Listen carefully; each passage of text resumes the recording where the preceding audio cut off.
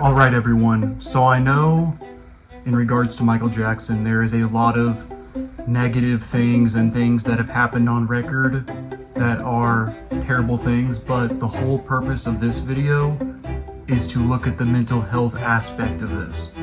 So I just wanted to start it with that because in all actuality, one way in the future to prevent mental health potential disorders and things that are crimes, that are abuse, just in general, is by facing it in regards to teaching about it more, discussing it more.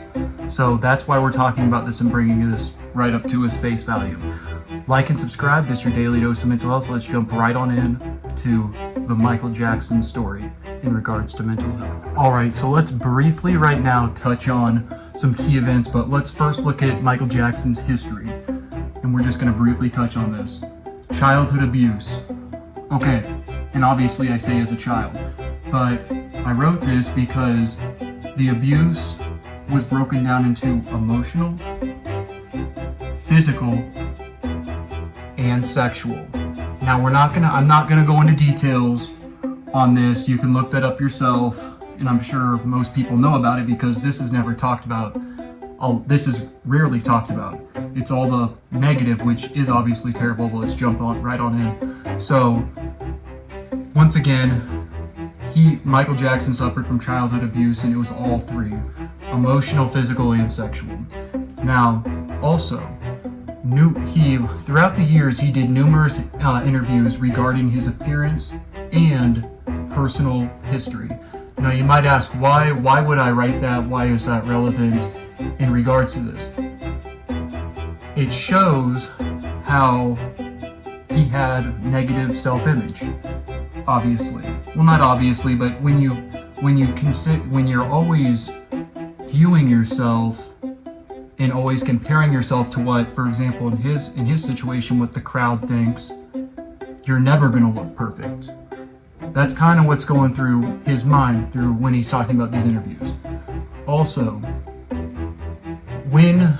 after he passed, I came to find out he was never actually officially diagnosed with a mental health disorder. Now, I'm going to jump into this in a little bit, but what I think the probability of him potentially suffering from narcissistic personality disorder would be what a lot of people who talk about this, or the people that do, have found that they do think that is one of the major diagnoses that we can not officially, but just we can come to terms with. The probability of that would be, in my opinion, the number one. But also, spent great amount of time, and why I put this arrow, so he spent a great amount of time transforming himself to mirror his idolized reflection. Now, you got to understand, when he's continuing to transform himself to mirror his what he would call his perfect reflection, you're never going to be perfect when all you've been taught your whole life is work harder, and they're never given the true positive, not even reinforcement, but just the true positive of what they were doing growing up. And if they do mess up, if a child does mess up, telling them in a way they can understand, but never in a threatening or a way of that they feel they are in danger. You can be very straightforward and you can correct them, but physical and emotional abuse is never the answer. But also, with Michael Jackson, so I put this in red, what I think, once again, what he would possibly be diagnosed with. But before we go into that, let's look at right here, narcissist. So this is a mythological figure that loved himself, but always had the rejection of his admirer, which in my opinion equals always watching his own reflection. Meaning, since he always is focused on what he's looking like and the rejection of the admirer, even if they tell them they look good, they continue to reject it. It's always, this is kind of why, always watching his own reflection, this is why you see Michael Jackson throughout the years physically transforming, mentally even transforming, which leads into also some other potential disorders that he could have been diagnosed with.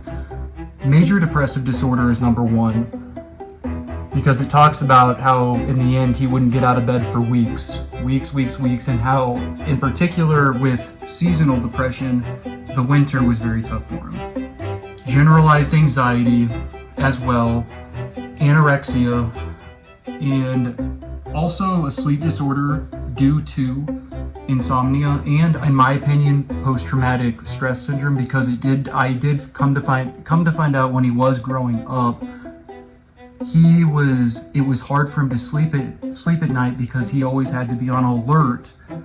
Well, not always, but a lot of times when he was younger, for his brothers when they were all on tour together, in being able and not looking over at them while he's fooling around with a female, and Michael Jackson's the younger one, having to make sure nobody comes in, he's covered. I mean, just things like that. I mean, you gotta understand, with mental health in general, one way we can really come to understand and help people suffering with mental health disorders is by teaching it and telling our youth about it in a way that they don't feel scared if they're ever going through something. And that goes with adults too. Because if you don't face that and you're afraid to talk about it, it's just going to get worse and worse and worse. But also, I briefly wanted to write on here too, Peter Pan syndrome. So, which means essentially it's a difficulty growing up. Now I put a question mark here. Why do you think with Michael Jackson, difficulty growing up would be hard? Because once again, history of childhood abuse.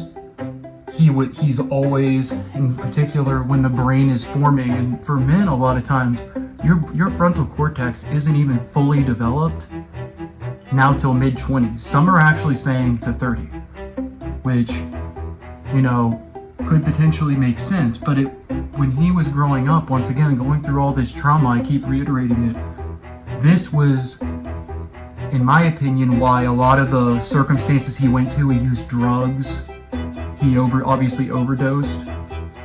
A lot of this behavior and what he was potentially doing to others, and I'm not going to get into that, I don't want to discuss that.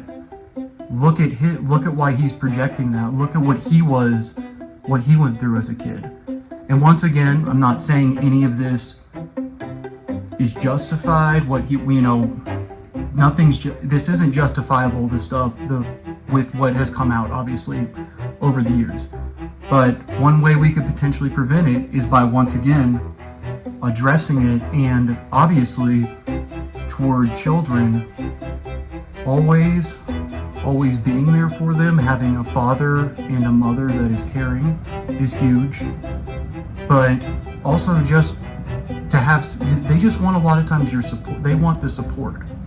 They don't like being, especially when you're younger, being told, looked down upon even, can really shape a childhood's brain. Now, I went on a little bit of a rant there, but this video was just to discuss Michael Jackson's mental health and looking at the other side of the token. Like and subscribe. We'll be doing another video within the next 3 to 4 days. I don't know what it's over yet, but I'll give an update soon.